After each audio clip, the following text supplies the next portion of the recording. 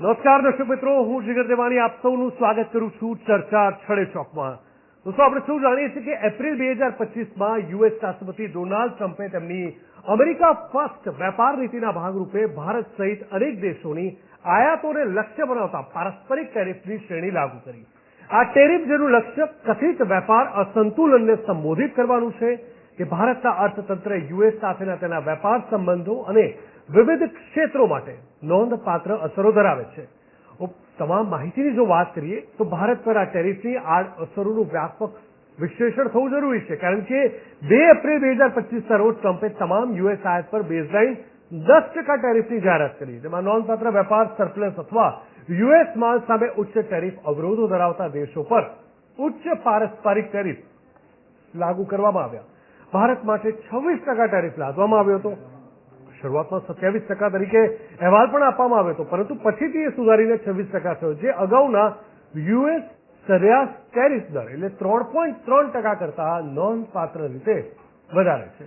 આ યુએસ વેપાર ખાતે ઘટાડવા, સ્થાનિક ઉત્પાદનને વેગ આપવા અને ટ્રમ્પ દ્વારા ભારત જેવા દેશો દ્વારા અન્યાયી વેપાર પ્રથાઓ તરીકે વર્ણવવામાં આવેલી કાર્યવાહીને સંબોધવા માટે એક વ્યાપક વ્યૂહરચનાનો ભાગ હતો, જેને તેમણે ટેરિફ કિંગ તરીકે ઓળખાવ્યો. જોકે 9 એપ્રિલના રોજ ઊંચા ટેરિફ પર 90 દિવસનો વિરામ જાહેર કરવામાં આવ્યો, જેમાં ચીન સિવાય મોટા ભાગના દેશો માટે 10% બેઝલાઇન જાળવી રાખવામાં આવી, જે વધુ ભારે ટેરિફનો સામનો કરે છે. ત્યારે ફરી એકવાર ડોનાલ્ડ ટ્રમ્પે ટાર્ગેટ કરી છે બ્રિક્સને. જી હા, બ્રિક્સના એ તમામ દેશો પર ફરી એકવાર ટાર્ગેટ કરી વધારે પડતો ટેરિફ લગાવવાની વાત કરી છે. ત્યારે તેની ભારત પર શું અસર થશે, બાકીના દેશો પર જે પ્રેશર વધી રહ્યું છે એની વૈશ્વિક અસરની પણ ભારત પર શું અસર થશે, જાણીશું આજે ચર્ચા છડે ચોકમાં.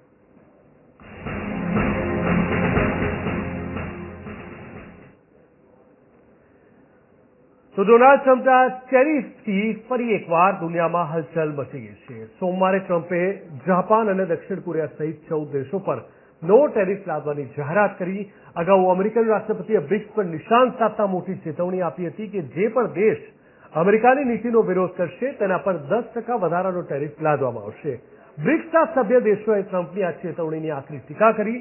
ત્યારે વિગતવાર આપણે સમજવાની કોશિશ કરી કે બ્રિક્સ દેશો પર ટ્રમ્પના નિશાના પર કેમ છે, બ્રિક્સને કેમ ટાર્ગેટ કરવામાં આવી રહ્યા છે અને ભારત સહિત આ દેશો પર આ વધારાના ટેરિફની શું અસર થશે. બ્રિક્સ શું છે એ વાત કરું તો ટ્રમ્પના વધારાના ટેરિફનો અર્થ સમજતા પહેલા બ્રિક્સ શું છે આપણે સમજીએ તો સૌથી પહેલા એ સમજવું જરૂરી છે કે અર્થવ્યવસ્થાઓનો સમૂહ છે. તેના સ્થાપક સભ્ય દેશો બ્રાઝિલ, રશિયા, ભારત, ચીન અને દક્ષિણ આફ્રિકા છે. હકીકતમાં તેનું નામ પણ આ 5 દેશોના પહેલા અક્ષરને લઈને જ બનાવવામાં આવ્યું છે. અને બ્રિક્સની સ્થાપના 2009માંથી અને 1 જાન્યુઆરી 2024ના રોજ ઈરાન, ઇજિપ્ત, ઇથોપિયા, ઇન્ડોનેશિયા અને સંયુક્ત આરબ અમીરાતને સંગઠનના સમાવવામાં આવ્યા હતા. સાઉદી અરેબિયા પણ આમંત્રિત રાષ્ટ્ર તરીકે જૂથની પ્રવૃત્તિઓમાં ભાગ લે છે, જોકે તે હજુ સુધી સત્તાવાર રીતે જોડાયું નથી. બ્રિક્સનો ઉદ્દેશ ઉભરતી અર્થવ્યવસ્થાઓ ધરાવતા દેશોમાં આર્થિક સહયોગ, વિકાસ અને વૈશ્વિક સંતુલન વધારવાનો છે. હવે વાત કરીએ આગળ. જાન્યુઆરી 2025માં ડોનાલ્ડ ટ્રમ્પના વ્હાઇટ હાઉસમાં પાછા ફરવાથી વૈશ્વિક વેપાર ગતિશીલતાના નવા યુગની શરૂઆત થઈ, જેમાં ભારત સીધા તેમના વહીવટની આક્રમક વેપાર નીતિઓના ક્રોસ શેરમાં જોવા મળ્યું. 2 એપ્રિલ 2025ના રોજ ટ્રમ્પ વહીવટી તંત્રે યુનાઇટેડ સ્ટેટ્સમાં થતી તમામ ભારતીય આયાત પર 27% જંગી ટેરિફની જાહેરાત કરી, જેનાથી ભારતીય અર્થતંત્રના વિવિધ ક્ષેત્રોમાં આંચકો પણ લાગ્યો અને વિશ્વના સૌથી ઝડપથી વિકસતા બજારોમાંના એકમાંના રોકાણકારોનો વિશ્વાસ ક્યાંક ધીરે ધીરે ડગમગવા લાગ્યો. આપણે શરૂઆત કરીશું ગ્રાફિક્સથી સમજવાની કોશિશ કરીએ, ત્યારબાદ સવાલ છડે ચોક પણ જોઈએ. સૌથી પહેલા ડોનાલ્ડ ટ્રમ્પના વહીવટી હેઠળ ભારત પર યુએસ ટેરિફની આડઅસરો વિશે આજે જાણવું ખૂબ જરૂરી છે. ભલે આપણે તેને હળવાશથી લેતા હોય, અમેરિકા ફર્સ્ટ વેપાર નીતિની શું અસર થશે એ પણ આજે જાણવું જરૂરી છે.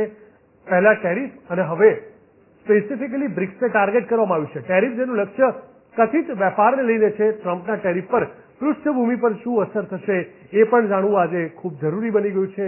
ક્યાંક ભારત માટે 26%, જે શરૂઆતમાં 27% હતો અને હવે બ્રિક્સને લઈને જો 10%ની વાત થઈ છે, તો આંકડો ક્યાં જઈને અટકે છે એ પણ સમજીશું. એટલે કોઈ કન્ફ્યુઝન ન રહે, કારણ કે વારંવાર ડોનાલ્ડ ટ્રમ્પના અલગ અલગ મુદ્દાને આધીન થઈને સ્ટેટમેન્ટ આવે છે, પર્સન્ટેજ પણ બદલાય છે. એની નકારાત્મક અસર પણ કયા કયા સેક્ટર પર પડશે એ આપણે જોઈશું. સંભવિત તકો વિશે પણ આપણે વાત કરીશું, કારણ કે ઓવરઓલ વર્લ્ડમાં જે પ્રેશર થઈ રહ્યું છે ટેરિફને લઈને, શું એનો ફાયદો ભારતને મળી શકે છે કે ભારત કૂટનીતિકના ધોરણે એનો ફાયદો ઉઠાવી શકશે એ પણ આજે જાણવું જરૂરી છે. આ તમામની વચ્ચે સવાલ છડે ચોકના માધ્યમથી સમજીએ તમામ સવાલો અહીંયા મહત્વ છે અને આપણી પેનલ પણ આપણી સાથે જોડાઈ ગઈ છે ત્યારે આખરે ટ્રમ્પના ટાર્ગેટ પર હવે બ્રિક્સ કેમ આવ્યું છે? અલગ અલગ ધોરણે અલગ અલગ લોકોને જ્યારે ટ્રમ્પ ટાર્ગેટ કરે છે ત્યારે 10 દેશો પર 10% વધારાના ટેરિફની પણ આપણે આજે ચર્ચા કરવી જરૂરી છે. સાથે જ ટ્રમ્પે બ્રિક્સ દેશોને શું ચેતવણી આપી છે, કારણ કે ભારત પણ એનો મહત્વનો ભાગ છે. શું ભારતને તેની અસર થશે કે કેમ? શું તે ભારત માટે મુશ્કેલીનું કારણ બનશે? બંને દેશ વચ્ચેના સંબંધો, ખાસ કરીને આર્થિક સંબંધોમાં શું અસર થશે એ જાણીશું. શું ટેરિફથી બંને દેશ વચ્ચેના સંબંધોમાં કોઈ ફરક પડે છે કે કેમ? અને ભારત પાસે કોઈ એવી સ્ટ્રેટેજી છે જે ટેરિફનો ફાયદો ઉઠાવી શકે? એ પણ આજે સમજવું જરૂરી છે. ત્યારે અમેરિકાના બગડતા સંબંધો ભારત માટે ક્યાંક નવી તક ન બને તો પણ નવાઈ નહીં.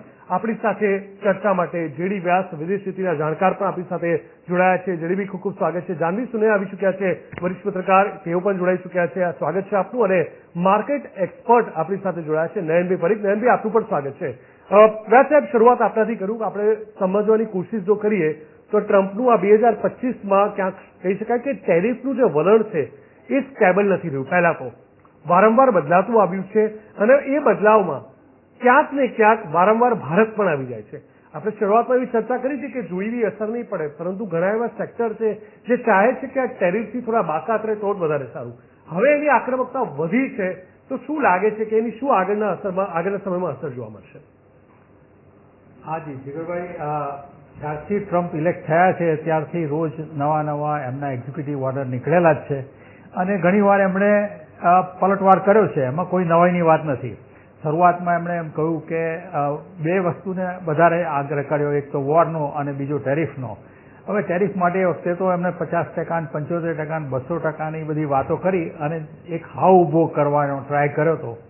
પછી ધીરે ધીરે હવે નેગોશિએશનની પોઝિશનમાં જ છે અને એમણે બહુ હોશિયારીથી પહેલા ચાઇના સાથે કરી લીધું, કારણ કે ચાઇના વિના અમેરિકાને ચાલે તેવું નથી. એની અમુક રેર અર્થ છે, એ સિવાય ટેકનોલોજીકલી અને અમુક પાર્ટ્સને વધારે અમેરિકાથી ચાઇના વિના છૂટકો નથી. એટલે પોઝિશન એવી થઈ ગઈ કે એમની સાથે પહેલું કોમ્પ્રોમાઇઝ કરવું પડે. ડિક્લેર નથી કર્યું કોણે કયા પ્રોડક્ટમાં કેટલી એ ટેરિફ લગાડશે ને બધું, એટલે એમણે એ સાચવી લીધું છે. મેક્સિકો અને કેનેડાને પણ એમણે હમણાં સાઇડલાઇન પર મૂકેલા છે કે પછી જોઈશું એમ કરીને. એટલે ટૂંકમાં હવે જે અત્યારે જે ગઈકાલે જેમણે સાઇડલાઇન પર લટકતી તલવાર હજી પણ છે, સંબંધો સુધર્યા નથી જોઈએ એવા. ના, સંબંધો તો એનું કારણ એવું છે કે જ્યાં સુધી ફાઇનલાઇઝ કશું થાય નહીં ત્યાં સુધી કોઈ સંબંધોનું એમને બહુ વેલ્યુ પણ નથી. કારણ કે એમણે જ્યાં ને ત્યાં કોમેન્ટ્સ કરેલી છે અને બ્રિક્સનું એક મોટું ઉદાહરણ છે એમાં કે એક્સક્યુઝ મી, તો બ્રિક્સમાં પણ એમનું મૂળ કારણ એ છે, પેટમાં એટલે દુખે છે કે બીજા કન્ટ્રીઓ હવે ધીરે ધીરે આગળ વધી રહ્યા છે. પહેલા એવું કહેવાતું હતું કે વેસ્ટર્ન કન્ટ્રીઝ ફક્ત યુરોપ અને અમેરિકા અને કેનેડા જ આખું ડોમિનેટ કરે માર્કેટ અને ઇકોનોમી બધી રીતે. હવે ધીરે ધીરે એશિયાના દેશો અને બીજા દેશો, આફ્રિકાના દેશો ઘણા બધા આગળ વધી રહ્યા છે અને એમનું ગ્રોથ એમનાથી સહન થતું નથી. બ્રિક્સની શરૂઆત રશિયાએ કરી, પછી ચાઇના સાથે કર્યું, પછી છેલ્લે હમણાં એમણે સાઉથ આફ્રિકાને પણ એડ કર્યું છે અને આ વખતનામાં એમણે ઇન્ડોનેશિયાને પણ ઓફિશિયલી એડ કર્યું છે. એ સિવાય પણ લગભગ 8 થી 10 દેશોને એ સમૂહમાં લઈ રહ્યા છે. એટલે એમ ઇકોનોમીની રીતે જોવા જઈએ તો બહુ મોટી જીડીપી અત્યારે બ્રિક્સ પાસે છે. ઓકે. અને તે સિવાય પોપ્યુલેશન પણ. હવે એને લીધે એના કારણે થવાનું શું છે કે ટ્રમ્પને હવે થોડું કોશન થઈ ગયું છે કે પોતે કરવું પડશે, એટલે જ્યાં ત્યાં કોમ્પ્રોમાઇઝ કરતા આવ્યા છે. હવે ટેરિફની વાતમાં તો એવું છે કે અત્યારે એમણે ફક્ત લેટર આપેલા છે, હજી કોઈ એગ્રીમેન્ટ થયા નથી.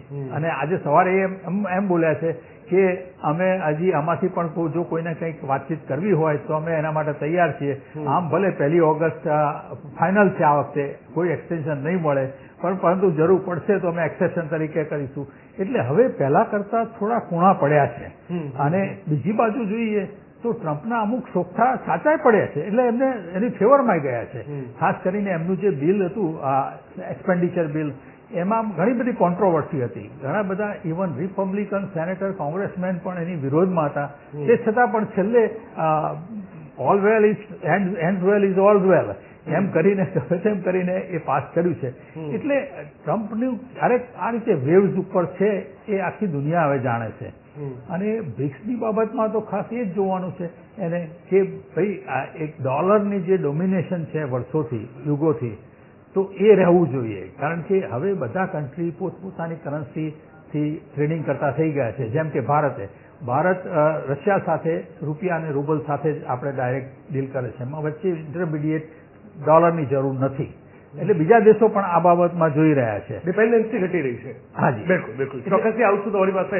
જાનવી, હવે જો આપણે સમજવાની કોશિશ કરીએ ડોનાલ્ડ ટ્રમ્પની એક એની લાક્ષણિક અદાની, તો આપણને એક વસ્તુ ખબર છે કે સ્ટેબિલિટી જે મેં શરૂઆતમાં કીધું એ નથી.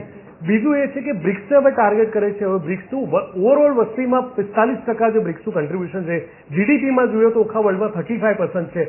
શું આ એક રીઝન છે એને લાગે છે? અને જે રીતે વ્યાસાબે વાત કરીએ ત્યારે કે ક્યાંક ઓવરઓલ જે મહાસત્તા તરીકેનું એક એનું કન્સિડરેશન હતું એ ધીરે ધીરે ક્યાંક ઘટી રહ્યું હોય. ડોનાલ્ડ ટ્રમ્પે કહી દીધું અને કરવા માંગે છે એનો મતલબ એ નથી કે બાકીની બધી કન્ટ્રી સચેત થઈ ગઈ. બધા પોતાની રીતે ચાલી જ રહ્યા છે. શું આ ફ્રસ્ટ્રેશન પણ ક્યાંક અહીંયા લાગુ પડી રહ્યું છે એમના ઓવરઓલ ડિસિઝન અથવા પેટર્નની અંદર? પેલા તો આ જે ડોનાલ્ડ ટ્રમ્પની આ ઈચ્છા છે અમેરિકા ફર્સ્ટ, એમાં ક્યાંક અમેરિકા અલોન ના થઈ જાય એ અત્યારે બહુ મોટો મુદ્દો છે. રહી વાત બ્રિક્સની, તો બ્રિક્સ કોઈ ખાલી આમ 5 દેશોનું સંગઠન નથી. અત્યારે 11 દેશો છે. એમાં જીડીપી થી લઈને વસ્તીથી લઈને હું ઓઇલ એન્ડ ગેસની પણ વાત કરું, દુનિયાનું આશરે 40% ઓઇલ એન્ડ ગેસ બ્રિક્સ દેશોથી આવે છે. એટલે બ્રિક્સને ટેરિફની ધમકી આપીને બેસાડી દે એવો એક ક્લાસરૂમનો સીન નથી ચાલતો. અને બ્રિક્સ છે એ G7 નું જે સંગઠન છે ને ડિરેક્ટલી ચેલેન્જ કરે છે. અને આપણે બ્રિક્સનો ગ્રાફ જોઈએ તો છેલ્લા 4 વર્ષમાં આશરે 40% વધારે બાયલેટરલ ટ્રેડ બ્રિક્સ કન્ટ્રીઝે અંદરો અંદર વધ્યું છે. તો આપણે કહી શકીએ કે એ પહેલાથી જ ગ્રો કરતું હતું અને હવે તો કહેવાય ને કે ગ્રોથ વધી રહ્યો છે. અને એનું એક કારણ પણ ડોનાલ્ડ ટ્રમ્પ જ છે. કારણ કે ડોનાલ્ડ ટ્રમ્પ જયારે સેન્કશન નો ઉપયોગ કરે છે એક વેપન તરીકે, ઉદાહરણ આપીએ રશિયાનું, 20,000થી વધારે સેન્કશન્સ કર્યું અમેરિકાએ રશિયાને. અને એ સેન્કશન્સને કારણે રશિયાએ બીજા ટ્રેડ પાર્ટનર શોધવા પડ્યા અને એને બ્રિક્સમાં ડીલ કર્યું સૌથી વધારે. એ રશિયાનું જેટલું ટ્રેડ થયું બીજા દેશોમાં એમાં 50% એ લોકો યુઆન કરન્સીમાં ટ્રેડ કર્યું ઇન્સ્ટેડ ઓફ ડોલર. તો જે આ ધમકાવવામાં આવે છે ટેરિફને લઈને, જે આ ધમકાવવામાં આવે છે સેન્કશનને લઈને, એનું નુકસાન અમેરિકાને થાય છે ઇનડિરેક્ટલી. પણ એ આપણે પછી કેટલું ગણીએ એ વાત અલગ છે. સેકન્ડ થિંગ કે જયારે માર્ચ એપ્રિલમાં આપણે વાત કરતા હતા ટેરિફની ને ઘણા બધા દેશો ડરી ગયા હતા કે આપણે કઈ રીતે ડોનાલ્ડ ટ્રમ્પ જોડે ડીલ કરશું, ત્યારે ડોનાલ્ડ ટ્રમ્પ કે અમેરિકાની સરકારને એવું હતું કે હવે આ બધા દેશો મારી પાસે આવશે ડીલ કરવા માટે. 50થી વધારે દેશો ઉપર ટેરિફ લેવી કરવામાં આવ્યા. માર્ચ એપ્રિલની વાત છે.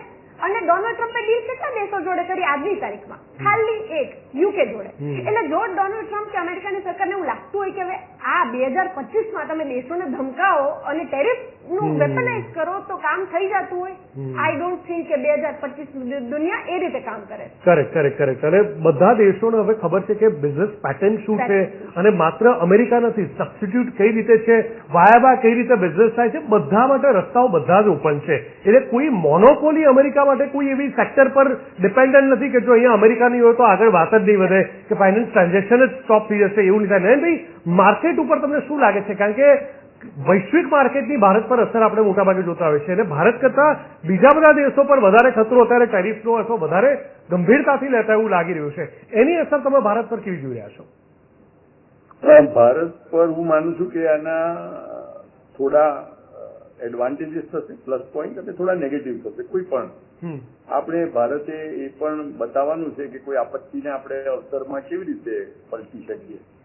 એટલે એક તો એ કે બ્રિક્સના દેશોમાં ઓવરઓલ તો ટ્રમ્પને વાંધો છે જ, કારણ કે એક પાવરફુલ બ્લોક ઇમર્જ થઈ રહ્યો છે અને એ પાવરફુલ બ્લોક આપણે જોઈએ કે બધી રીતે જોઈએ તો 50% વસ્તી, 33% જીડીપી, 40% ઓઇલ એન્ડ ગેસ, એટલે એક પાવરફુલ બ્લોક છે. એ બ્લોક પાછું વળી ડી-ડોલરાઇઝેશનની વાત કરે છે. એટલે ડી-ડોલરાઇઝેશનની થ્રેટ ટ્રમ્પને ઇવન વધારે સતાવે છે. એટલે જ એને કહ્યું છે કે ભાઈ જો અમેરિકાની અગેન્સ્ટ કોઈ પોલિસી કરી કે ડી-ડોલરાઇઝેશન તરફ ગયા તો વળી 10% એનાથી ઉપર પેનલ્ટી લગાડી. એટલે વૈશ્વિક જમાદાર તરીકે એક પોતાને પ્રસ્થાપિત કરવાની ડોનાલ્ડ ટ્રમ્પની આ ડેસ્પરેટ કોશિશ. હવે એ પોતે થોડા માણસ પોતાના મનમોજી છે, પોતાને લાગે એમ કરે છે, પણ દેશમાં જેમ વ્યાસ સાહેબે કહ્યું એમ એ પોતાનું કરાવી પણ લે છે. એટલે જરૂર હોય એ પોતાના એક્ટ પાસ કરાવી લે છે, એક્સપેન્ડિચર સેન્કશન કરાવી લે છે. એટલે એવું નથી કે સાવ નબળા છે, અને એવું નથી કે જે ધારે તો ત્યાંની જ્યુડિશરી જોડે પણ લડે છે, સુપ્રીમ કોર્ટની સામે પણ થાય છે, અને એ બધું ગડબથલ કરીને પોતાને જે કરવું છે એમાંથી 50-60-70% તો કરે જ છે. હવે એજન્ડા એમણે એવો મોટો રાખ્યો છે કે જેથી એનો અડધો થાય તો ઘણું કામ થઈ જાય. અમેરિકા ફર્સ્ટની ગણતરી રાખીને, અને એ એક વેપારી માણસ છે, એટલે અત્યારે પ્રેસિડેન્ટની ખુરશીમાં છે, પણ વેપારી તો છે જ, અને ટ્રાન્ઝેક્શનલ માણસ છે. એટલે શું વેપારી પણ બહુ કોઈ લાંબા ટાઈમનું વિચારે, આને તો 4 વર્ષનું પીરિયડ છે અને તરત જ ડિલિવર કરવા માંડવું છે. એટલે અર્જન્સી એમના લોહીમાં છે કે તરત ને તરત કરવું. જેમ કહેતા હતા કે હું 3 દિવસમાં યુદ્ધ બંધ કરાવી દઈશ, બાકીનું કરાવી દઈશ. એટલે એમને પોતાની મેળે પોતાની ઉપર એક બહુ જ ડિમાન્ડિંગ ટાઈમ ફ્રેમ પોતાની મેળે ક્રિએટ કરે છે. એટલે એમણે જેમ, અને પછી એમાં ચેન્જ પણ કરે છે ટ્રાન્ઝેક્શન માણસ તરીકે. એટલે પહેલા એકદમ કોઈને ધમકી આપે 50% કરી, પછી નેગોશિએટ કરે ત્યારે 10% કરે, 20% કરે. એટલે એ જે કહે છે એ એન્ડ રિઝલ્ટ એમને જોઈએ છે કે એ કહે છે, એટલે એ નેગોશિએટિંગ ટેબલ ઉપર તમને લાવવા માંગે છે. એ બાબતમાં એ પુનઃપૂર્વક એક એવી જાળ રચે છે કે એમાં ખરેખર ટ્રમ્પને શું કરવું છે એ કોઈને ખબર પડે નહીં. અને જે કહે એ વર્ડ્સ ઉપર તમે જઈ ના શકો, કારણ કે એ કહે છે મારું કંઈ કહેવાય નહીં, મારું નક્કી નહીં. એટલે એ પોતે એક જે અનપ્રેડિક્ટેબલ માણસ તરીકેની ઇમેજનો ફાયદો લઈ રહ્યા છે. એમાં લોકો હવે થોડું તો પછી એમની ધાપને સમજી પણ ગયા છે કે એ કહે કે પહેલા તો 9 જુલાઈની વાત હતી, પછી હવે 1 ઓગસ્ટ કહે છે. 1 ઓગસ્ટ કહે એટલે કે 1 ઓગસ્ટે કરી લેવું જરૂરી નથી. એટલે એમના જે બધા જે કહેવાની ધમકીઓ હોય છે, જે કરવાની વાતો હોય છે, જે પર્સન્ટેજમાં વાત હોય છે, પહેલા તો એમનું એ જ કહેવું હતું કે ભાઈ બધી જગ્યાએ હું રેસિપ્રોકલ ટેરિફ નાખીશ. એટલે ભારતની એવરેજ જો ટેરિફ મારા દેશ પર 24% હોય તો હું તમારા ઉપર 24% નાખીશ. તમે જો ડેરી ને એગ્રીકલ્ચરમાં મને ઘૂસવા જ નહીં દો તો અમુક એરિયામાં હું તમને ઘૂસવા જ નહીં દઉં. એટલે ખાલી ટેરિફ બેરિયર નહીં, નોન ટેરિફ બેરિયર પણ નાખીશ. હવે આ બધા સામે કોઈ પણ દેશને આવો એક અલગ પ્રકારનો નેતા, કોઈ બહુ જ બળવાન દેશનો આપણે લોકોએ છેલ્લા થોડા વર્ષોથી ક્યાં જોયે છે? તમે કહો હું પોતાની યાદગીરીમાં જઈએ પાછા તો મારા ખ્યાલથી અમેરિકા જો મહાસત્તા હોય તો અમેરિકાના કોઈ પ્રેસિડેન્ટે આટલા હુંકાર, આટલા પોતાની જાતને બધાને ડરાવવાની કોશિશ, અને વર્લ્ડના જમાદાર તરીકે અને વર્લ્ડના મોટા ટ્રેડ પાર્ટનર તરીકે પોતાની જાતને એસ્ટાબ્લિશ કરવાના દમ પછાડા કોઈ આટલા નથી કર્યા જેટલા હમણે કર્યા. પણ નયનભાઈ વાત એ પણ છે ને, તમે જે કહી રહ્યા છો ધાર્યું કરવું અલગ વાત છે અને એનું એક્સેપ્ટન્સ થવું એ આખી અલગ વાત છે. ઓવરઓલ ટ્રમ્પને લઈને યુએસની અંદર પણ જો વિરોધ થતો હોય, એક સાથે અનેક કન્ટ્રીઓ વિરોધ કરતા હોય અને ક્યાંક ને ક્યાંક બિઝનેસ અફેક્ટ પણ થતો હોય, તો ધાર્યું તો કરી રહ્યા છે, પણ એનો ફાયદો અમેરિકાને પણ મળશે કે કેમ, એના પર તો હજી પ્રશ્ન જ છે. એટલે એમાં એવું છે કે જે વિરોધ તમે કરો છો ને એ તમે બધા દેશમાં બહાર એ બધાનો વિરોધ તો એક્સપેક્ટેડ જ છે એમના માટે. પેલો એક જેમ સારો બેટ્સમેન હોય તો એને સામે કઈ બહુ સખત કોઈ ફિલ્ડિંગ ભરે કે બોલિંગ કરે એનો વાંધો ના હોય, એમ આમની તો વાત એટલી કોન્ટ્રોવર્શિયલ હોય છે કે ઉપરથી કોઈ વિરોધ ના કરે તો એમને નવાઈ લાગે કે આ કેવી રીતે આવું થઈ ગયું. એટલે એમની વાતનો વિરોધ થાય એ એમના માટે કોઈ નવાઈની વાત નથી, એનાથી એ બેસી જાય એવા નથી. એમની વાતો પણ એવી જ હોય છે કે જે હાર્વર્ડ યુનિવર્સિટી જોડે પાસ ભીડી દે, અમેરિકામાં બીજા કોઈને કરી દે. એટલે દરેક એમને જ્યાં જ્યાં લાગ્યું, એમના અત્યાર સુધીના મોટા ફંડરને પણ એ કહેતા હતા કે તમને સાઉથ આફ્રિકા ભેગા કરી દઈશ. એટલે એ માણસને બદલાતા અને એ માણસને પોતાની ધમકી આપતા અને એ ધમકી ઉપર જો જરૂર પડે તો જેટલી જરૂર પડે તેટલો ઉપયોગ કરતા કોઈ જ સોચ નથી. એટલે એમને લાગે કે ના હું 50%ની શરૂઆત કરીશ અને વેપારી માણસની જેમ મારા બદલામાં 10-15% મળે તો એટલું બોનસ જ છે. એ પ્રકારની માનસિકતા એ ધરાવે છે, એ હવે આપણે બધા ઓળખી ગયા છે. અને એના કારણે તમે કહો છો કેટલો ફાયદો થશે, કેટલો નુકસાન થશે, એ તો આપણે 4 વર્ષ રહીને જયારે ડોનાલ્ડ ટ્રમ્પ કાં તો જશે અથવા તો કાં તો પોતાની જાતને ઓટોક્રેટ તરીકે અમેરિકામાં ફરી એસ્ટાબ્લિશ કરી દેશે.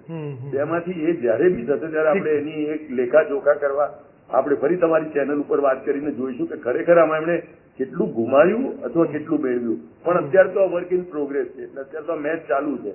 રોજે રોજ આપણે જોઈએ છે કે આજે સિંગલ લીધો, આજે વિકેટ ગઈ, આજે 4 મારી, પણ ખરેખર એનું હિસાબ કિતાબ તમે કહ્યું મારાથી કેટલો ફાયદો છે, કેટલું નુકસાન છે વર્લ્ડને, અમેરિકાને, એમને પોતાને, એ બધા લેખાજોખા કરવાનો તો હજુ વાર છે. પણ અત્યારે તો આપણે બધા ઇન્ટરેસ્ટથી અને એક કુતૂહલથી અને આપણી પોતાની જાતના આપણા હિતને આપણે સાચવવાના છે એ રીતે આપણે આને જોવાનું અને મૂલવવાની કોશિશ કરી રહ્યા છીએ. બિલકુલ બિલકુલ.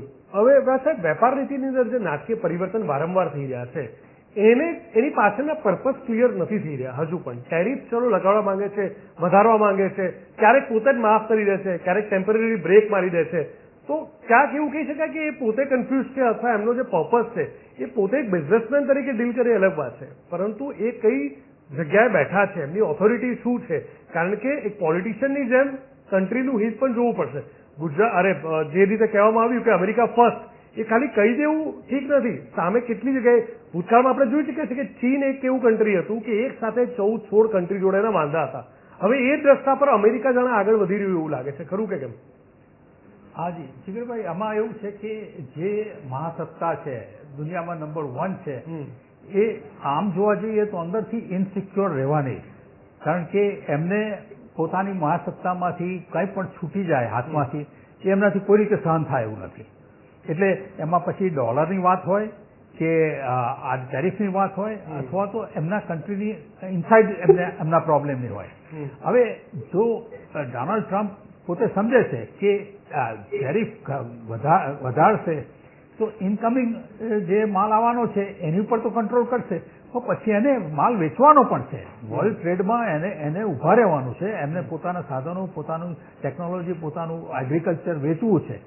એટલે એના માટે થઈને હવે જેમ જેમ એને સમજ પડતી જાય છે એમ મને લાગે છે કે એને નેગોશિએશન કર્યા સિવાય એને બીજી ચોઇસ એની પાસે ઓલ્ટરનેટ રહેતું નથી.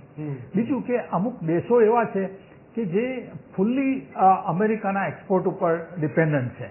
હવે આની ઉપર એ બોલી કરી શકે એમ છે, કારણ કે જેમ કે કંબોડિયા છે, વિયેટનામ, તાઇવાન, સાઉથ કોરિયા, એ બધા દેશો એવા છે કે એમનું અને ઇવન ચાઇના ઘણો મોટો ભાગ એમનો અમેરિકાના એક્સપોર્ટ ઉપર નભે છે, કારણ કે અમેરિકા પાસે બહુ મોટું માર્કેટ છે. એટલે એને ત્યાં આગળ નમવા સિવાય બીજો કોઈ ચોઇસ રહેતું નથી. તે છતાં પણ એણે બધાને 25%, 30%, બાંગ્લાદેશ બધાને આજે જોયું આપણે કે વધારેલું છે. પરંતુ ભારત માટે એનું ટાર્ગેટ જુદું છે કે ભારતને એ એમ ઈચ્છે છે કે મારે જેમ બને એમ જલ્દી $500 બિલિયન માર્કેટમાં જવું છે. કારણ કે હકીકત એ છે કે અત્યારે ભારત સૌથી વધારે ફાસ્ટેસ્ટ ગ્રોઈંગ વર્લ્ડમાં કન્ટ્રી છે અને તે યર આફ્ટર યર દર વર્ષે આપણે એટલો ગ્રોથ સૌથી વધારે કરીએ છીએ.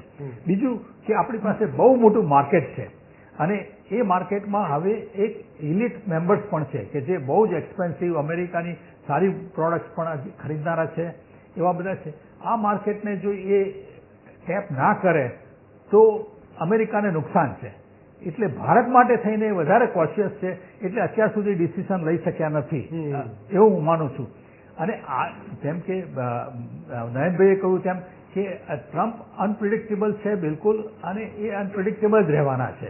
આ પહેલાના 4 વર્ષમાં પણ આપણે એમણે જોયું કે ઘણા બધા એ અપ્સ એન્ડ ડાઉન તરંગો પરથી જીવી ગયા છે અને એમાંથી આ થયેલું છે. હવે અત્યારે હાલત એ છે કે થોડુંક એનું હુકમનું પાનું એના ફેવરમાં છે, એટલા માટે થઈને એ પોતે આ રીતે કરે છે. પરંતુ એનો અર્થ એવો નથી. પાનું કઈ રીતે તમને લાગે છે ફેવરમાં? હાજી, ખાલી મહાસત્તા છે એટલે, જગત જમાદાર છે એટલે આ મહાસત્તા છે અને એને એટલી મહાસત્તા તરીકે રહેવું છે. પરંતુ જો ઇનસિક્યોરિટીમાં એને બીજું કંઈ પણ આગુ પાછું લાગે, બ્રિક્સ ઉપર એને છૂટું પહેરવાનું કારણ એ જ છે કે બીજા કારણ ખરા નાના મોટા, પરંતુ મુખ્ય કારણ એ જ છે કે જો ડિડોલરાઇઝેશન કરવા થઈ જાય તો ડોલરની વેલ્યુ જતી જાય અને વેલ્યુ જતી એ કરતાં એની ઇમ્પોર્ટન્સ એમનું એ ઓછું થઈ જાય. એટલા માટે એમાં એની પર એ કહ્યું કે બ્રિક્સના દેશો જો અમેરિકાની પોલિસીની વિરુદ્ધમાં કંઈ પણ નિર્ણય લેશે તો બીજા 10% એ કન્ટ્રી પર વધારે મૂકીએ. એટલે એની પાસે અત્યારે એક જ વેપન છે કે જ્યાં ત્યાં એ વાત કરે છે. ભારત ને પાકિસ્તાને યુદ્ધમાં પણ એણે એમ કહ્યું કે જો તમે સમાધાન નહીં કરો તો હું તમારી જોડે ડીલ કરવામાં વાંધો. એટલે ટેરિફ એક જ અત્યારે એની પાસે વેપન છે કે એ પત્તું ફેરવ્યા કરે છે. પરંતુ આપણે જોયું કે ધીરે ધીરે બધા દેશો સાથે એને કોમ્પ્રોમાઇઝ કર્યું છે અને કોમ્પ્રોમાઇઝ ચાલુ રહેશે જ. અને ભારતને સૌથી ઓછી આમાં અસર થવાની છે એ વસ્તુ તો ખાતરી જ છે. કારણ કે આપણે એટલા બધા ડિપેન્ડન્ટ નથી અમેરિકાના એક્સપોર્ટ ઉપર. ભલે આપણો પ્રાયોરિટી છે કે અમેરિકામાં એક્સપોર્ટ વધવું જોઈએ, પણ એનો અર્થ એવો નથી કે એ માંગે એટલી ટેરિફ કરી શકીએ. બીજું કે ભારતની પ્રોડક્ટ છે ને બધે એફોર્ડેબલ છે. અને એનું બીજું કારણ એ જોઈએ કે ભારત જે એક્સપોર્ટ કરે છે બહુ જ થીન પ્રોફિટ, બહુ જ ઓછા પ્રોફિટમાંથી આપણે કરીએ છીએ, તો જ આપણું એક્સપોર્ટ વધી શકે અને તો જ આપણે અહીંયા એમ્પ્લોયમેન્ટ ઊભી કરી શકીએ. એટલે આખી ડોમિનો ઇફેક્ટ છે. હવે જો આપણી ઉપર જો 25, 30, 35% જો ટેરિફ નાખશે તો અમેરિકામાં આ વધારે તકલીફ પડશે. અમેરિકાના દેશોને જ વધારે તકલીફ પડશે અને અમેરિકાના ઇકોનોમીને વધારે અસર પડશે. ત્યાં જ એનું ઇન્ફ્લેશન, એમનું ફુગાવો વધવાનો છે. એટલે મને એમ લાગે છે કે ઇન્ડિયા માટે સૌથી વધારે કોશિયસ રહેશે અને ઇન્ડિયાની પોઝિશન વધારે સારી થશે. ઠીક છે. જ્યારે થોડી વાત આગળ વધારું તો જે વારંવાર ઇન્સિક્યુરિટીને લઈને વાત આવે છે, ડોનાલ્ડ ટ્રમ્પની વાત કરીએ. પહેલા તો યુએસ તરીકે અહીંયા ઇન્સિક્યુરિટીની કોઈ આવશ્યકતા લાગતી હતી જ્યારે તે આવ્યા ત્યારે? કોઈ એવી ઉથલપાથલ કન્ટ્રીના કહેવાય કે એમનું જે વર્ચસ્વ છે યુએસનું, એમાં એવું કઈ પરિસ્થિતિનો સામનો યુએસ હતું કરી રહ્યું કે એકદમ ઇન્સિક્યુરિટીના બેઝ ઉપર મોટા ડિસિઝન ધડાધડ લેવા પડે? નંબર 1. નંબર 2, ઘણા એવા આપણે છેલ્લા મહિનામાં મોટા ડિસિઝન જોયા કે જેમાં ઇન્ડિયા પાકિસ્તાનના વોર જેવી સિચ્યુએશનની વાત કરીએ કે પછી જે ચાલુ છે યુક્રેન રશિયા, ઘણી ભલે ટ્રમ્પે નિવેદન આપે અલગ વાત છે, પણ એમના પર આધારિત થઈ અથવા એમને કહી દીધું ને કોઈએ માની લીધું અને એના આધાર પર નિર્ણયો લેવાયા એવું કોઈ એક મોટું એક્ઝામ્પલ પણ આવ્યું નથી. તો પછી નથી લાગતું કે ધીરે ધીરે આગળ જતા, જેમ કે ક્રિપ્ટોકરન્સી કેવી રીતે આવ્યું, હવે ક્રિપ્ટોકરન્સીની એન્ટ્રી થઈ અને ક્યાંક બેન્કિંગ સેક્ટરને ને એ લોકોથી બધાથી એક ઉપર આખું સેન્ટ્રલાઇઝેશન ડિસેન્ટ્રલાઇઝેશન અલગ વસ્તુ થઈ ગઈ, તો ક્યાંક લાગે છે કે ટ્રમ્પની આ બધી નીતિ કંઈક નવી વ્યવસ્થાને જન્મ આપશે આગળના સમયમાં ઇમ્પોર્ટ એક્સપોર્ટને લઈને કે બીજા કોઈ ફિલ્ડમાં, એવું લાગી રહ્યું છે?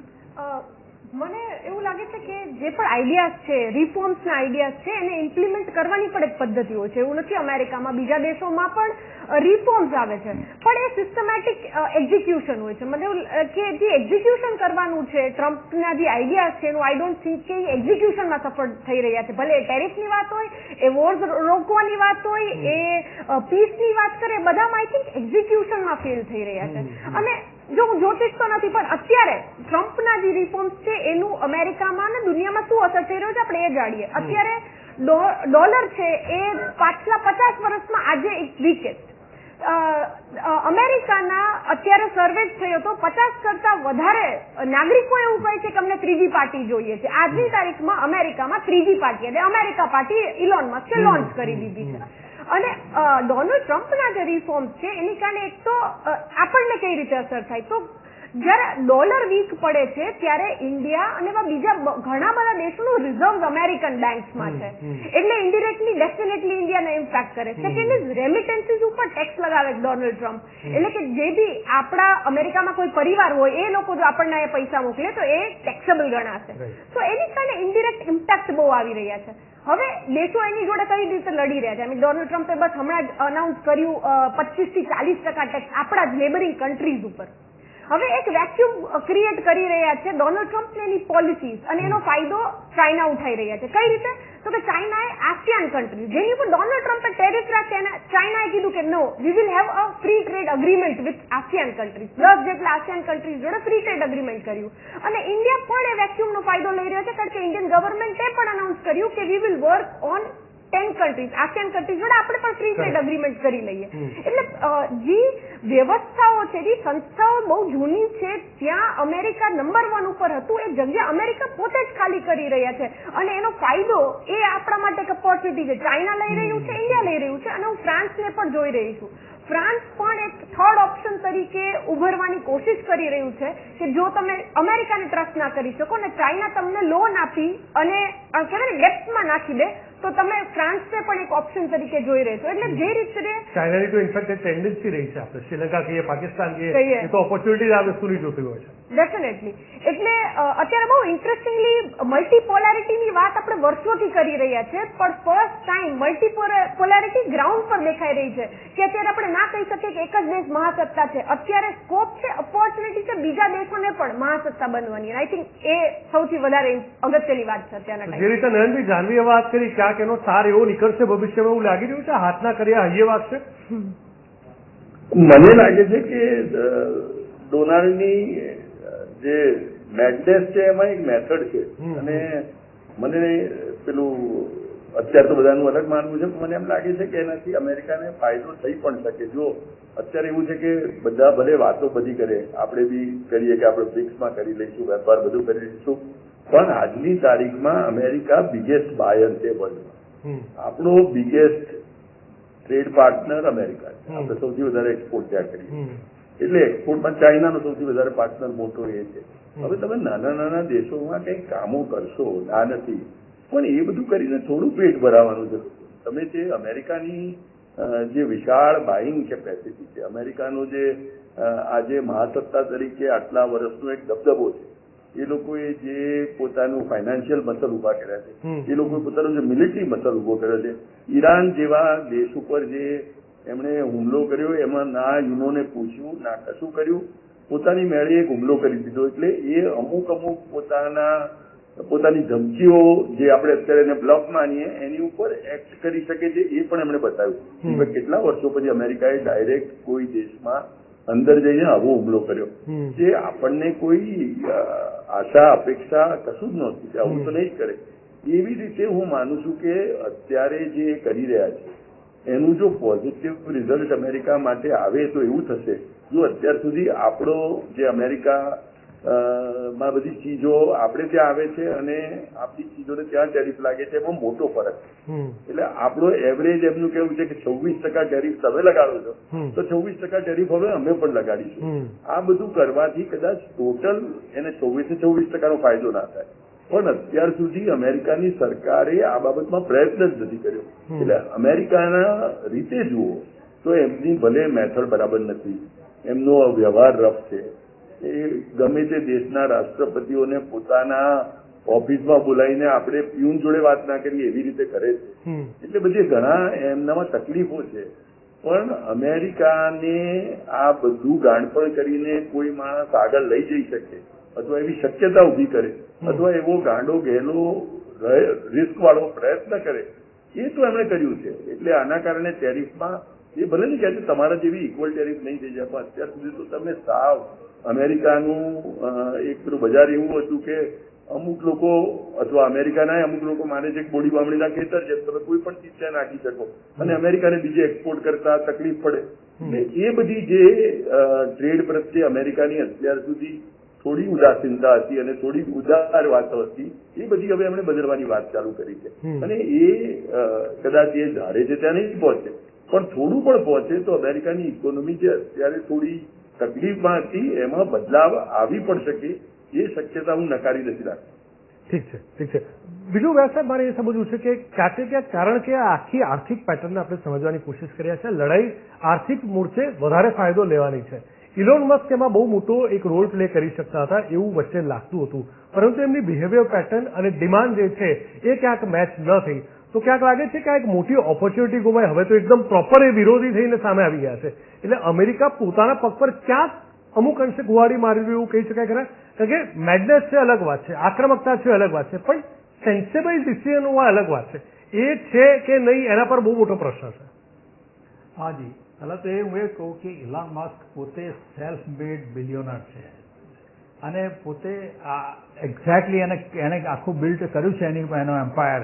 એ અત્યારે વર્લ્ડમાં એટલે જ એ વર્લ્ડમાં સૌથી રિચેસ્ટ માણસ છે. હવે એને ટ્રમ્પ સાથે વાંધો પડ્યો અથવા પહેલા વાંધો નહોતો અને એની પહેલા વાંધો હતો, આ બધી પોઝિશન આવી ગયેલી છે. ટ્રમ્પ જયારે ઇલેક્ટ થયા એ પહેલા એ ડેમોક્રેટ છે પોતે અને પહેલા ડેમોક્રેટને સપોર્ટ કરતો હતો, પણ જયારે ટ્રમ્પને જે એમ કહેવામાં આવે છે જયારે કાનમાં ગોળી વાગી અને ત્યાર પછી આખો જે પ્રભાવ બદલાયો અને એને લાગ્યું કે હવે આવશે એટલે એને આખું પોતાનું આની તરફ ગયો છે. પરંતુ અત્યારે હવે વાંધો એ પડ્યો છે એને બે કારણસર. એક તો એને જે બિલ માટે સજેશન કર્યા હતા એ બધા સ્વીકારાયા નથી અને એણે રજૂઆત કરેલી છે કે આ બિલ જો પાસ થશે તો અમેરિકા બીજું $3.5-4 ટ્રિલિયન વધારે પડતા ડેફિસિટમાં જશે. એ ઇકોનોમી માટે ખરાબ છે, રિસેશન આવશે ઝડપથી. એટલે એણે બિઝનેસ પોઈન્ટ ઓફ વ્યૂ પર એ કર્યું છે. પણ મૂળ કારણ એ છે કે ડોનાલ્ડ ટ્રમ્પે ઓઇલ લોબી પાસેથી પુષ્કળ પૈસા લીધેલા છે અને ઓઇલ લોબીને લીધે જ એમણે કહ્યું કે અમે વધારે પેટ્રોલ ઊભું કરીશું, બધી પેટ્રોલની કાર અને ડીઝલની કાર ચાલુ રહેશે અને એની સામે એણે જે ઓલ્ટરનેટ એનર્જીની જે બધા બેનિફિટ્સ હતા એકદમ જ ફ્રીઝ કરી દીધા કે કોઈને એમાં સબસિડી ના મળે, કોઈને એમને લોન. એટલે મોટો ફટકો પડ્યો ઇલોન મસ્કને. હવે એ ફટકાને સામે બીજું એ પણ થાય છે કે જ્યારે ચાઇના આપણે ભલે ગમે તે કહીએ કે સસ્તી આઈટમ આ તે બધું જ ક્વોન્ટિટી પુષ્કળ બની શકે છે, પણ ચાઇનાએ છેલ્લા 5-1 વર્ષમાં પોતાના ગિયર ચેન્જ કરેલા છે. ચાઇનાએ અત્યારે ફાઇનેસ્ટ ક્વોલિટી વર્લ્ડની ઇલેક્ટ્રિક કાર બનાવેલી છે અને ટ્રમ્પ ટેસ્લા કરતા અડધી કિંમતમાં એ મૂકી શકે છે. અને અત્યારે હમણાં જ સમાચાર છે આ વીકમાં જ કે આ થયું જ્યારથી ઇલોન મસ્ક 3-4 વીકથી નારાજ છે તો એની સામે અમેરિકાએ already thousands and thousands of એમની પોતાની BYD કાર ત્યાં અમેરિકા મોકલી દીધેલી છે. એટલે તકલીફ મસ્કને આ થાય છે કે જે એકવાર સબસિડી નથી મળતી અને બીજી બાજુ ચાઇના જેવા એટલો બધો પ્રોગ્રેસિવ કરેલો છે ક્વોલિટી પ્રોડક્ટ્સમાં, એમની પાસે પણ એવા ઇલિટ મેમ્બર્સ છે એ બાયર છે અને અમેરિકા તો ઓલવેઝ ઓપન છે કે એમને એવું કંઈ નથી કે પેટ્રિયોટિઝમ ફર્સ્ટ એટલે મીન્સ કે અમેરિકાની કાર જ બાય કરવાની, ભલે ગમે તેટલું કહેવામાં આવે તોય. પણ વર્ષોથી આપણે જોઈએ છે કે વર્ષોથી Toyota is number 1 selling car in America અને છેલ્લા 50 વર્ષથી હું જોતો આવ્યો છું. એટલે એમાં કોઈ લોયલ્ટી છે એવું છે. ઘણી ફોરેન ઇવન કેનેડા છે, વધારે પડતું એક્સેપ્ટન્સ છે, એ વાત બરોબર છે તમારી. પણ અહીંયા જાણવી બીજી એક વસ્તુ આપણે જો સમજવાની કોશિશ કરીએ તો આખી આ પેટર્નની અંદર બીજી એક વસ્તુ એ પણ સામે આવે છે કે ઘણી જગ્યાએ એવું પણ થાય છે કે દુશ્મનો તો દુશ્મન દોસ્ત. હવે એટલા બધા કન્ટ્રી જોડેના ફાઇનાન્શિયલ ઇસ્યુઝ જે ઊભા થઈ ગયા છે અને એને આધારે હમણાં જેમ કે ચાઇનાની વાત કરી તો ચાઇના છે, જાપાન છે, જર્મની છે, આઈ એમ શ્યોર તમે બધા સહેમત હશો કે એ લોકોની ક્રિએટિવિટી છે, એ લોકોનું ફંડામેન્ટલ હંમેશા સ્કિલ બેઝ એટલું મજબૂત રહ્યું છે. કોઈ પણ ફિલ્ડમાં લેમેનને પણ તમે પકડશો ત્યાં તો એ લોકોનું જે પ્રોગ્રેસિવ જે સ્ટાન્ડર્ડ રહ્યું છે કમ્પેર ટુ ઇવન ઇન્ડિયા કે કોઈ બી. આપણને ખબર છે કે 2020માં 142 એપ્લિકેશન આપણે બેન કરી અને આત્મનિર્ભર ભારતનામાં આપણે જે ઘણી બધી એપ્લિકેશન જે ચાલતી હતી જે ઘણી સગાઈ પણ નથી કરી શકી. અને એ લોકોની એક ટિકટોક ભલે બેન થઈ ગઈ વર્લ્ડ વાઇડ પણ એને પરચેસ કરવાનું ખુદ ડોનાલ્ડ ટ્રમ્પ પોતે પણ ક્યાંક પ્રેશર કરી રહ્યા છે. એટલે આ તો ચાઇના છે, જર્મની છે, જાપાનની એની મોટી ખાસિયતો રહેલી છે. તો ક્યાંક ને ક્યાંક અમેરિકાને એ પણ લાગતું હશે કે આ લોકો જોડે જો ટેરિફને લીધે વધારે ઇસ્યુ થયા તો નુકસાન એટલું જ એ લોકોને પણ થશે, કારણ કે એવી કોઈ પ્રોડક્ટ મટીરિયલ અથવા કોઈ એવું ફિલ્ડ હજી સુધી કે કોઈ સ્ટેટ કે કન્ટ્રીનું નથી આવ્યું કે જે ટેરિફના દમ ઉપર કે એના ડરથી સ્ટોપ થઈ જાય. એવું મને નથી લાગતું કે અમેરિકા પાસે એવું કોઈ વેપન હોય હજી. એ લોકો ઘણી બધી જેમ કે પાકિસ્તાન જોડે આપણે જો તમે સમજી શકો તો હમણાં જે રીતે બધા ટ્રેડ આપણા સ્ટોપ થયા તો ઘણા લોકો વાયા દુબઈ બી એ ડીલ કરી રહ્યા હતા. એટલે અમેરિકા પાસે હજી મોનોપોલી એવી કઈ નથી કે આટલી દાદાગીરી કરી છે. પણ મને નથી લાગતું કે એવી કોન્સિક્વન્સીસ હોય કે આવી રીતે આપણે ટેરિફ લેવી કરશું કે આવી રીતે આપણે એના પ્રાઇમ મિનિસ્ટર જોડે ડીલ કરશું તો એના કોન્સિક્વન્સીસ શું થઈ શકશે અમેરિકાના સિટીઝન પર, અમેરિકાની ઇકોનોમી પર. મને નથી લાગતું કે એનો એક રિયલિસ્ટિક આઈડિયા અત્યારે ત્યાંની સરકારને છે તો જ આ બધું થઈ શકતું હોય. કારણ કે તમને એક એક્ઝામ્પલ આપું કે ઇન્ડિયા કઈ રીતે ડીલ કરે છે કે ઇન્ડિયા ટ્રિનિડાદ એન્ડ ટોબેગો જ્યાં આપણા પ્રાઇમ મિનિસ્ટરે હમણાં જ વિઝિટ કરી કે પ્રાઇમ મિનિસ્ટરે ટ્રિનિડાદ એન્ડ ટોબેગો ગોવા કરતા પણ નાનું છે તો પણ એક નાના દેશને જેવી રીતે તમે ડીલ કરો કે એની જોડે તમારા જે બાયલેટરલ ટ્રેડ ક્રિએટ કરો એ બહુ ઇમ્પેક્ટ કરે છે. ઇન્ડિયા ભલે ગમે તેટલું સાઇઝમાં મોટું હોય પણ આટલા નાના દેશને ઘણા નમીબિયા આવા દેશ, અર્જેન્ટિના કે બ્રાઝિલ આ બધા દેશમાં PM recently visit. So it is very important કે તમે કન્ટ્રીઝ જોડે પર્સનલી કઈ ડીલ કરો છો. નાનામાં નાનું કન્ટ્રી શ્રીલંકા હોય કે ઇન્ડોનેશિયા એનું ગ્લોબલ ઇકોનોમી પર ડેફિનેટલી ઇમ્પેક્ટ થતું હોય છે ને એ મને લાગે છે કે અત્યારે અમેરિકન ગવર્મેન્ટે ડેફિનેટલી કન્સિડર કરવું જોઈએ જ્યારે અત્યારે આપણે ટેરિફની વાત કરતા હોય, ઇકોનોમીને રિફોર્મ કરવાની વાત કરતા હોય ત્યારે. જાનવી, તમે કીધું ને મને યાદ આવી ગયું, પીએમ મોદી જયારે પહેલી વાર વિદેશ પ્રવાસે ગયા હતા પીએમ બન્યા પછી, એટલે 2014માં ભૂતાનનો આઈ ગેસ પ્રવાસ હતો, અને એ વખતે 33,000 કરોડની એ લોકોને હેલ્પ કરી હતી. ઘણા બધા પ્રશ્નો એ વખતે પણ ઉભા હતા, પણ એ જ એમની વૈશ્વિક નીતિનો એક ભાગ હતો. એટલે જરૂરી નથી કે રશિયા છે, જર્મની છે, અમેરિકા છે કે કેનેડા એ લોકો જોડે ડીલ થઈ શકે અને એ લોકોને જ આપણે ખુશ કરી શકીએ. આ બધા કન્ટ્રીઝ સાથે મળીને ઘણું બધી વસ્તુ થઈ શકતી હોવી જોઈએ. મને લાગે છે કે અમેરિકા આ બધી વસ્તુ ચૂકી રહ્યું છે એવું કહી શકાય ખરા? જે રીતે બાકીના કન્ટ્રીઝ અલગ અલગ ફોર્મેટ્સમાં જે જોઈ રહ્યા છે ઓવરઓલ ઓપોર્ચ્યુનિટીઝ, અમેરિકા ક્યાંક અત્યારે ટેરિફથી લીધે બીજા બધા ઇસ્યુને લીધે મિસ કરી રહ્યું છે કે? મને એવું લાગે અમેરિકા નંબર 1 છે, કારણ કે એના પાસ્ટના પ્રેસિડેન્ટ્સે કન્સિસ્ટન્ટલી આવું કામ કર્યું છે કે દેશ આજે અહીંયા સુધી પહોંચ્યો છે કે ડોલરની વેલ્યુએશન અહીંયા સુધી પહોંચી છે. મને એવું લાગે છે તમે કઈ વધારે પોઝિટિવ ના કરી શકો તો એટલીસ્ટ જે છે એને મેન્ટેન તો કરવું જ જોઈએ. જેમ કે વેરી સિમ્પલ એક્ઝામ્પલ કે અમેરિકા અને કેનેડાના જેવા રિલેશન્સ હતા, તમે એમાં સુધારો ના કરી શકો તો તમે સાવ એટલું ના બગાડી નાખો કે માર્ક કાર્ની જે કેનેડાના પ્રેસિડેન્ટ છે એવું કહી દે કે અમેરિકા અને કેનેડાના જે સંબંધો હતા એવા આજથી નહીં હોય. અને આપણને એવું લાગે કે કેનેડા શું કરી લેવાનું, કારણ કે અમેરિકા જેટલું પાવરફુલ નથી, પણ અત્યારે અમેરિકાના નેબર્સ EU અને કેનેડાએ ડિફેન્સ ડીલ સાઇન કરી નાખી. તો એવું બિલકુલ નથી જીઓપોલિટિક્સમાં કે જો એક અમેરિકા નહીં સપોર્ટ કરે તો બાકી બધું જ વિખાઈ જશે. ઇવન કેનેડા જોડે રિલેશન વિગાડવાની કોઈ એવી ખાસ આવશ્યકતા બી નથી જોવા મળી રહી. ઓવરઓલ ઘણું કમ્ફર્ટેબલી જઈ રહ્યું હતું ઘણા દાયકાઓથી, પણ એમાં 51મો સ્ટેટ જે જીત હતી એમની, જે આમ જોવા જઈએ તો હાઇપોથેટિકલી બહુ આ વિચિત્ર વસ્તુ છે. ઘણા લોકો એમ માનતા પણ હતા કે કેનેડા માટે સારી વસ્તુ છે, પણ ઇન્ડિયા કરતા પણ 3 ગણું જ્યોગ્રાફિકલી મોટું હોય અને એને તમે સ્ટેટ તરીકે કહી દો અને કેનેડા હાથમાં આપી દે, એ તો પોસિબલ છે જ નહીં. એટલે ડિમાન્ડ પણ તમે જો ડોનાલ્ડ ટ્રમ્પની જે છે ઘણી બધી એવી છે કે જે સાંભળવામાં પણ એક્સેપ્ટ ના થાય આપણાથી. એટલે આપણને ઘણીવાર એવું લાગે કે અમેરિકા એવું અઝ્યુમ કરી લે કે જે વસ્તુઓ કે બાકીના જે નાના કન્ટ્રીઝ છે એ લોકોને ફાયદો થાય છે અમેરિકાથી, but it is always bilateral trade. બંને દેશને ઇક્વલી ફાયદો થાય છે. નાના એવા માઇગ્રેન્ટ્સથી મેક્સિકોથી કે અર્જેન્ટિનાથી અમેરિકામાં આવીને નાનો મોટો બિઝનેસ કરે છે એનો ખાલી બેનિફિટ ત્યાંના લોકોને નથી થતો કે રેમિટન્સમાં નથી થતો, તેનો બેનિફિટ અમેરિકાની ઇકોનોમીમાં પણ થાય છે, અમેરિકાના સિટીઝન્સને પણ થાય છે. અને એ બહુ અગત્યનું છે અત્યારે સમજવું, નહીતર ફર્સ્ટ જે ઇમ્પેક્ટ આવશે અમેરિકન ઇકોનોમી પર જ આવશે, કારણ કે ત્યાં જો મેન્યુફેક્ચરિંગ નું આખું મોડલ ઊભું કરવું હોય તો રાતોરાત ના થઈ શકે. The first thing we see is inflation in America, અને એને તો મને નથી લાગતું કે ડોનાલ્ડ ટ્રમ્પ બી રોકી શકશે. આ ઇમિડિયેટ ઇમ્પેક્ટ થવાના છે અમેરિકન ઇકોનોમી પર. બિલકુલ સાચી વાત છે. અહીંયા ક્યાંક વ્યાસાબ એવું લાગે છે કે ચીન છે, ભારત છે, રશિયા છે, આ બધા લોકો એક જો થઈ જાય, જેટલા પણ ડેવલપ કન્ટ્રીઝ છે અથવા જે વધારે પોટેન્શિયલ ધરાવી રહ્યા છે, તો અમેરિકાને એક સાથે મોટો ફટકો પડી શકે એવું કઈ દેખાઈ રહ્યું છે ખરા કોઈ ધોરણે? બહુ વર્ષોથી રશિયા, ચાઇના એ તો ઘણા ટ્રાય કરેલા છે પણ થઈ શક્યું નથી.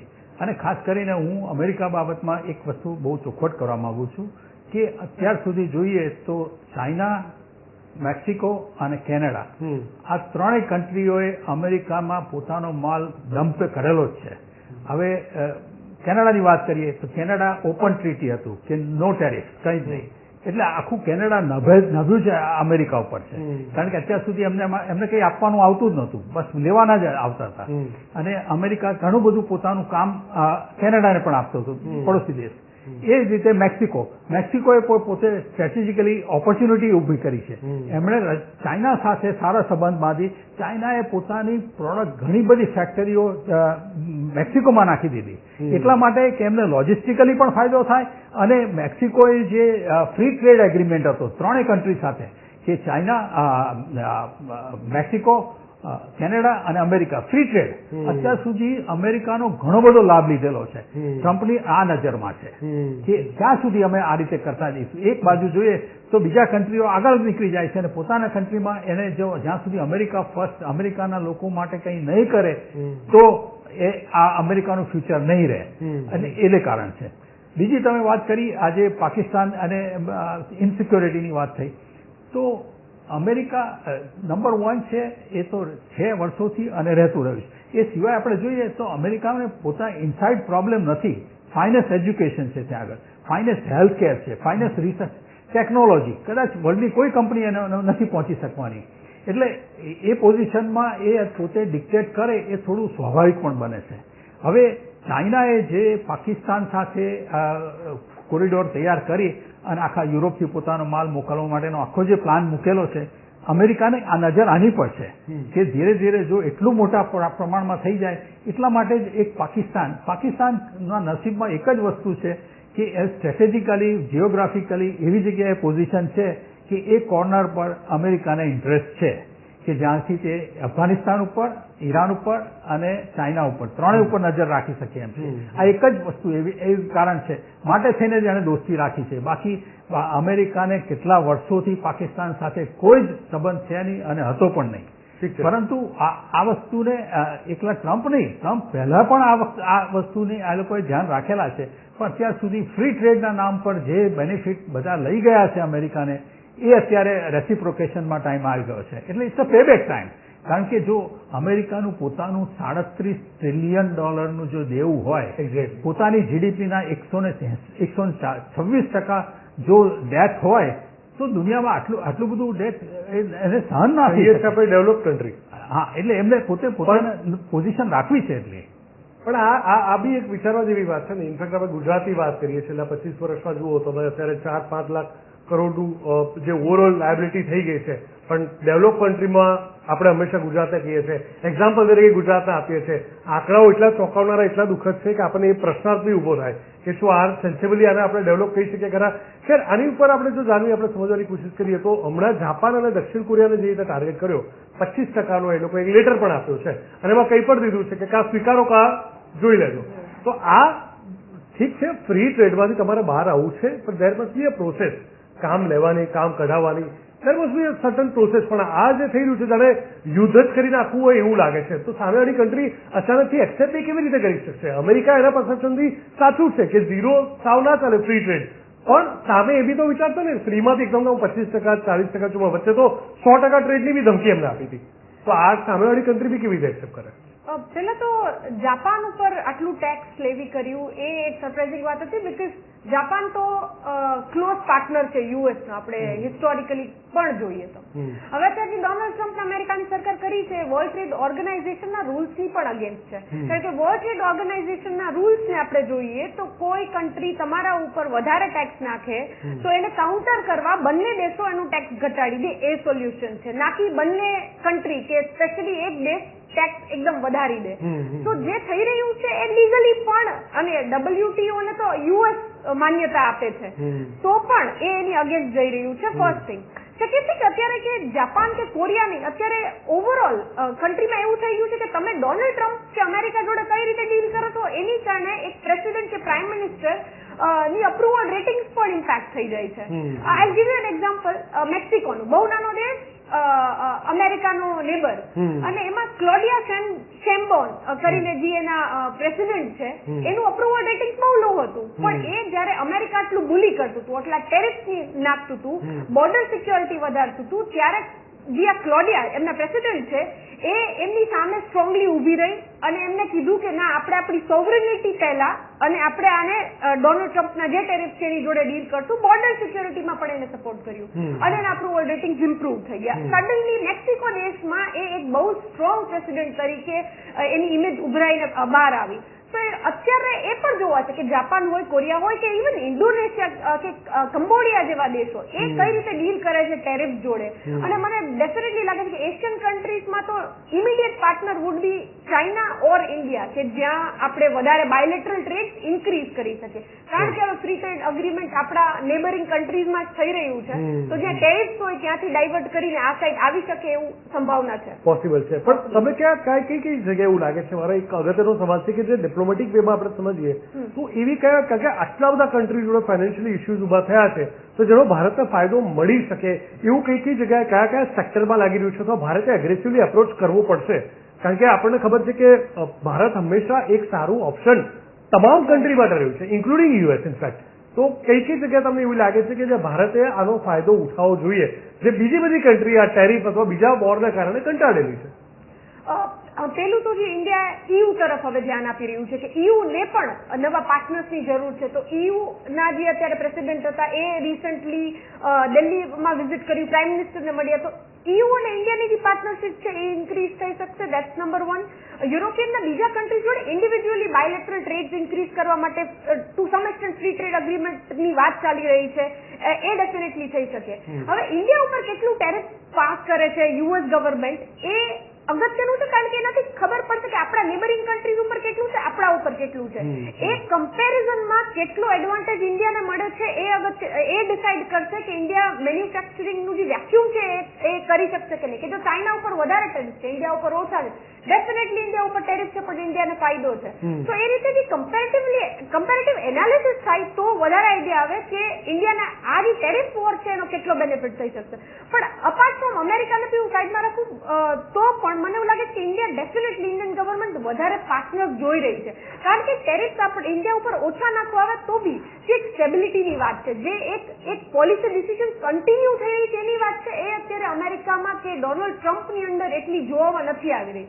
આજે કદાચ એક ડિસિઝન ઇન્ડિયાના ફેવરમાં કર્યો પણ કાલ સવારે ચેન્જ બી થઈ શકે, અને આ જે ઇન્સ્ટેબિલિટી છે એની કારણે અલ્ટિમેટલી જે યુએસ ગવર્મેન્ટ છે એને ઇમ્પેક્ટ કરશે. અને બાકી ઇન્ડિયાના તો જેમ મેં વાત કરી, whether it is EU or European યુનિયનના ઇન્ડિવિજ્યુઅલ કન્ટ્રીઝ ઓર મેન્યુફેક્ચરિંગનું છે, ત્યાં ઇન્ડિયા ડેફિનેટલી આનો એડવાન્ટેજ લઈ શકે. બિલકુલ, સકારાત્મક પાસાઓ પણ આપણે ચર્ચા કરવી જ જોઈએ. તમને શું લાગે છે વ્યાસ, ઇન્ડિયા માટે આ કઈ રીતે ઓપોર્ચ્યુનિટી બની શકે? કારણ કે આપણે એને એટલા માટે ન ભૂલવું જોઈએ, કારણ કે આપણે જાણીએ છીએ કે કોઈ પણ જ્યોગ્રાફિકલી જોઈએ કે બીજા કોઈ ફાઇનાન્શિયલ પરસેપ્શન કે ટેક્સથી બી આપણે જોઈએ તો ઇન્ડિયા હંમેશા ઓપ્શન રહ્યું છે. દર વખતે ઇન્ડિયા આગળ નથી આવ્યું, ઓપ્શનમાં રહ્યું છે. પણ આ વખતે અમેરિકા પોતે જે રીતે અત્યારે ભૂલો કરી રહ્યું છે એને જોતા અમેરિકાનું ઓપ્શન બનવું બી એક મોટું વસ્તુ છે. પણ કારણ કે ઇન્ડિયામાં એટલી ઓપોર્ચ્યુનિટી છે, આપણે જોઈ રહ્યા છે, તો બીજા બધા કન્ટ્રી કયા કયા એવા હોઈ શકે કે જેની નજર ક્યાંક ભારત ઉપર હશે? સૌથી પહેલા તો આપણે એ જોવાનું કે અમેરિકાને ગમે તેમ ભલે ચાઇના સાથે મોટા ડીલ કરવા છે, કરે છે, પણ અંડરનીથ તો એમને એમની સાથે કોમ્પિટિશન 1 નંબર 2 નંબર ઉપર છે. એટલે ઈચ્છે છે કે ઘણી બધી કંપનીઓ ઓલ્ટરનેટ તરીકે, ઓપ્શન તરીકે ભારતમાં આવે અને આવી ગયેલી છે. આપણે જોયું કે હવે એપલ અહીંયા આગળ પુષ્કળ પ્રમાણમાં એપલ ફોન બનાવવા માંડ્યા છે. એ સિવાય ઘણી બધી કંપનીઓ અહીંયા આવી ગયેલી છે કે જેને આપણે બહુ સારી રીતે, એમાં પણ ડોનાલ્ડ ટ્રમ્પને માથું વાગ્યું હતું. હા, એટલે આમાં એટલે ફાયદો શું છે ભારતને કે આપણી પાસે બહુ જ મોટો મેન પાવર છે અને હવે સ્કિલ મેન પાવરની જરૂર છે, એ આપણે ટ્રેન કરી રહ્યા છે. એટલે આપણું લેવલ ઉપર આવી રહ્યું છે, સ્ટાન્ડર્ડ ઓફ લિવિંગ ને બધું. હવે જે કન્ટ્રીઓ અમેરિકા ઉપર ડિપેન્ડન્ટ છે, એના એક્સપોર્ટ ઉપર જ છે, એ લોકોના પ્રમાણમાં આપણે જોઈએ તો આપણી પોઝિશન વધારે સારી છે. Bangladesh fully depends on a textile. હવે જો એની પર એને 25-30% નાખે અને ભારતને એમાંથી ઓછામાં લાભ મળતો હોય તો ભારત માટે બહુ મોટી ઓપોર્ચ્યુનિટી છે. આપણે જોઈએ કે છેલ્લા 2-3 અઠવાડિયાથી ટેક્સટાઇલનો અહીંયા આગળ માર્કેટમાં, સ્ટોક માર્કેટમાં પણ બહુ મોટી ડિમાન્ડ ઊભી થઈ ગઈ છે.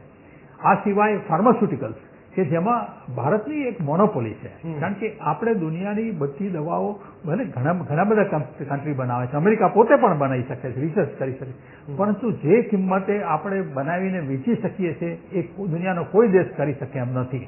અને આ એક કન્સિસ્ટન્ટ બિઝનેસ છે. એટલે એના માટે અમેરિકાને ખબર છે કે એના વિના ચાલે એવું નથી, કારણ કે દુનિયામાં ડ્રગ્સ દવાઓ વપરાતી સૌથી મોટો કન્ટ્રી દરેકમાં અમેરિકા જ છે આફ્ટર ઓલ. એટલે અમેરિકાએ એનું એ એવન્યુ ચાલુ રાખવી જ પડે એવી છે, એટલે ઇન્ડિયાને કન્સિડર કરશે જ. આ સિવાય બીજા દેશોમાં જે તકલીફ છે કે જેને અમેરિકા સાથે કે હવે ભારત ધીરે ધીરે પોતે અમેરિકન પ્રોડક્ટ્સ અહીંયા બનાવવા માટે, મેન્યુફેક્ચરિંગ ઊભી કરવા માટે, એમાં અમેરિકાને એટલો બધો વાંધો છે પણ નહીં, કારણ કે અમેરિકાને ખબર છે કે ઘણી બધી ભલે એનું ત્યાં મેન્યુફેક્ચરિંગ વધારવું છે પણ એ એટલું બધું વધારી શકે એમ નથી.